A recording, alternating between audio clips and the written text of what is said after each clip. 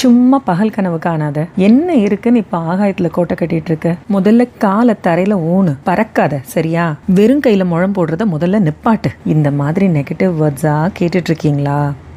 கவலையே படாதீங்க, ரொம்ப சந்தோஷப்படுங்க. ஏன்னா உங்களோட கற்பனைகள் மற்றவங்களுக்கு எட்டாத விதத்துல இருக்கிறதுனால தான் இந்த மாதிரி வார்த்தைகள் அவங்க வாயிலிருந்து வந்துட்டு இருக்கு. யாரும் யோசிக்காத அளவுக்கு பெரிய அளவுல உங்க யோசனைகள் எண்ணங்கள் இருக்கிறதுனால தான் மற்றவங்களுக்கு அது சாத்தியமா படல, சந்தேகமாவும் இருக்கு, சங்கடமாவும் இருக்கு. ஏன் நம்மளோட கற்பனைகள் அவங்களுக்கு பைத்தியக்காரத்தனமா கூட தெரியலாம். அவங்களுக்கெல்லாம் ஒன்னு சொல்லுங்க, நான் சொல்லல, history has proven those who dare to imagine the impossible are the ones who break all the human limitations. இல்லையா?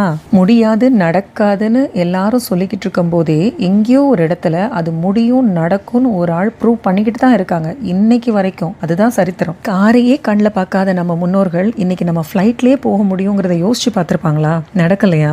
செல்போனே புதுசா தெரிகிற நம்ம ஜென்ரேஷனுக்கு இன்னைக்கு செல்போன் கூட தேவையில்லை, ஸ்மார்ட் வாட்ச் போட்டு கையிலே போனை கட்டிட்டு அலையிறோமே. இதெல்லாம் நம்ம எதிர்பார்த்தோமா? யாரோ ஒருத்தர் எங்கேயோ இருந்து புதுசா யோசிக்கிறதுனால தானே இதெல்லாம் நடக்குது.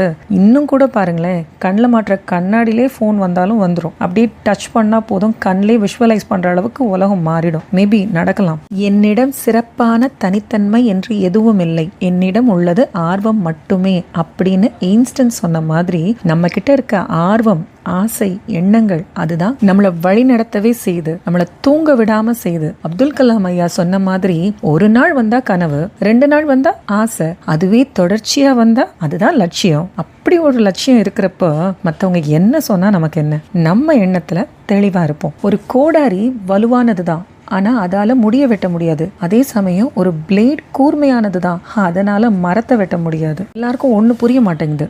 எல்லார்கிட்டையும் ஒரே திறமை இருக்காது, ஆனா எல்லாருக்கும் ஒரு திறமை இருக்கும். அதை புரிஞ்சுக்காதவங்க தான் இந்த மாதிரி நெகட்டிவ் வார்த்தைகளா பேசிக்கிட்டு இருக்காங்க. ஆனா அவங்க அதை புரிஞ்சுக்கணும்னு நீங்க எதிர்பார்க்கவும் செய்யாதீங்க, அது தேவையில்லை. ஒருத்தருக்கு ப்ரூவ் பண்றதுக்காக நம்ம இப்படி ஓடா தேஞ்சிட்டு இருக்கோம் இல்லைங்க, உலகத்துக்கே ப்ரூவ் பண்றதுக்கு தான். அப்படி உலகத்துக்கே நிரூபிக்கிற அன்னைக்கு அவங்களும் அதுல ஒருத்தரா இருந்து பார்த்துக்கிட்டு தான் இருப்பாங்க. ஸோ கவலைப்படாதீங்க. So you don't have to raise your voice before them, instead rice your self in front of everyone. ஏன்னா 2 பேருக்கு பேசி புரிய வைக்கவே முடியாது. யாரு தெரியுமா? ஒன்று முட்டாள்கள், இன்னொன்று புத்திசாலிகள். 2 பேருமே எப்போவுமே யார் கருத்தையும் ஏற்றுக்கவே மாட்டாங்க. ஸோ அவங்க எப்படிப்பட்டவங்களாக இருந்தாலும் நமக்கு கவலை இல்லை. அதனால் அப்படிப்பட்டவங்களுக்கு நம்ம பேசி புரிய வைக்க வேண்டிய அவசியமே இல்லைங்க. நம்ம செயலில் நிரூபித்தா போதும். நீங்கள் நடக்க பாதை இல்லையேன்னு வருத்தப்படுறதை விட்டுட்டு எழுந்து நடந்து பாதையை உருவாக்குங்க. அதுதான் இப்போ நம்ம செய்ய வேண்டியது. ஏன் சொல்கிறேன்னா, உங்கள் கனவு எந்த அளவுக்கு பெருசாக இருக்கோ அதை விட பல மடங்கு பெருசாக இருக்கணும் உங்கள் உழைப்பு. ஸோ ஸ்டார்ட் பண்ணுங்கள்.